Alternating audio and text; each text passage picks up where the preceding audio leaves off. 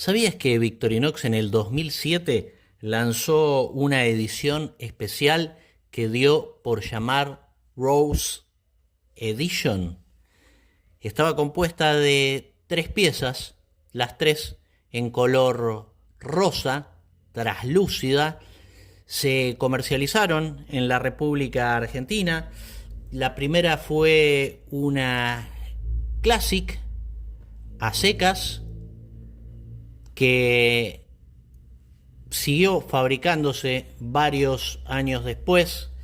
La segunda también de 58 milímetros, una hermosa Signature Light con LED de color blanco.